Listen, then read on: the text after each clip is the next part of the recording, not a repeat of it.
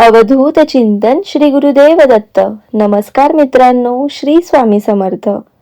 जेव्हा आपण भक्तिभावाने स्वामी महाराजांची पूजा करतो, मंत्रजप करतो किंवा ध्यान करतो, तेव्हा अचानक जांभळी यायला लागते, आळस येतो, डोळ्यामध्ये पाणी येते, शरीर जड झाल्यासारखं होतं. हे होतं का तुमच्यासोबत? अनेकांना असं वाटतं की हे केवळ शरीराचं एक सामान्य प्रतिक्रिया असते. पण मित्रांनो, यामागे एक गूढ आहे, आध्यात्मिक अर्थ आहे, दैवी कारण आहे. या केवळ शारीरिक गोष्टी नाही, तर यात ईश्वराची लीला, एक अदृश्य संकेत आहे.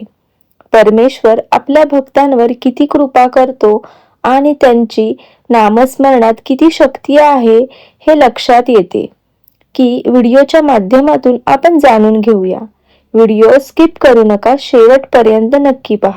जेव्हा आपण भगवंतांची आराधना करत असतो, त्यांच्या चरणी प्रेमभावाने लीन होतो, तेव्हा आपल्या अंतःकरणातील अशुद्ध कर्मांचे बंधन, मनात साठलेल्या वाईट इच्छा, आपल्या मनातील वासना हळूहळू कमी होऊ लागतात.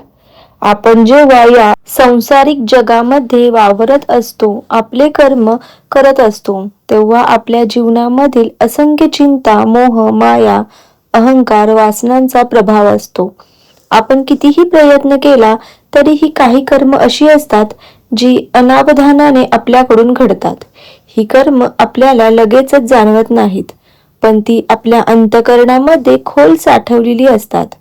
जेव्हा आपण परमेश्वराच्या चरणी लीन होऊन त्यांची पूजा करत असतो, त्यांची भक्तिभावाने नामस्मरण करतो, तेव्हा ही सर्व कर्मे, आपल्यातील नकारात्मकता नष्ट होऊ लागते. देह हा नेहमी मोहाच्या साखळदंडामध्ये अडकलेला असतो.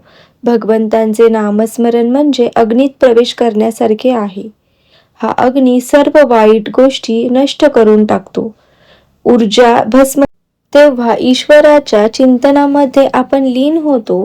आपले शरीर, आपले मन एका प्रकारच्या त्या नव्या शक्तीचा प्रतिकार करू लागतो.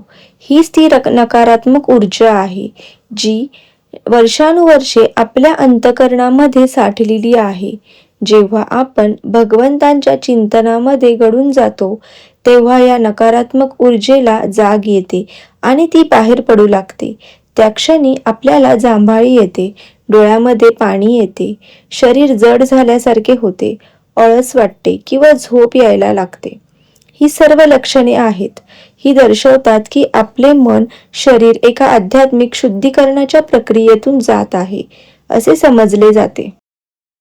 आपण भगवंतांचे नाव घेतो, साधना सुरू करतो, तेव्हा या सगळ्या साठलेल्या गोष्टी हलल्या जातात. त्यांचे अस्तित्व डगमगू लागते आणि त्यांना बाहेर पडण्याची प्रक्रिया सुरू होते.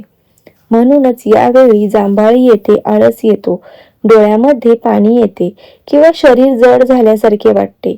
पण जर आपण हे समजून घेतले आणि साधना सुरूच ठेवली, तर या गोष्टी हळूहळू दूर होऊ लागतात. आपले मन स्वच्छ होतं, शांत होतं आणि मग एक अनोखी प्रसन्नता आपल्याला अनुभवायला मिळते.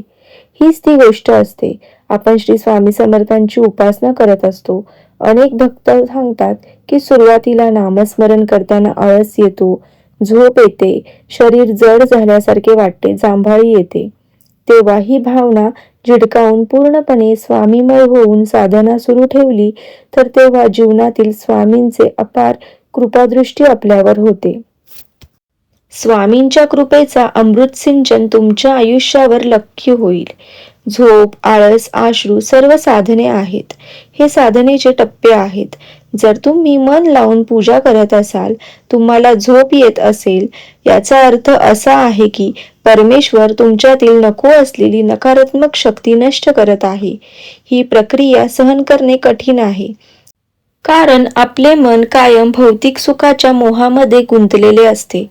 म्हणूनच आपल्या मनामध्ये अनेक वेळा विचार येतात की आज पूजा थोडी कमी वेळ करूया, आज नामस्मरण थोडं कमी करूया, उद्या अधिक वेळ करूया.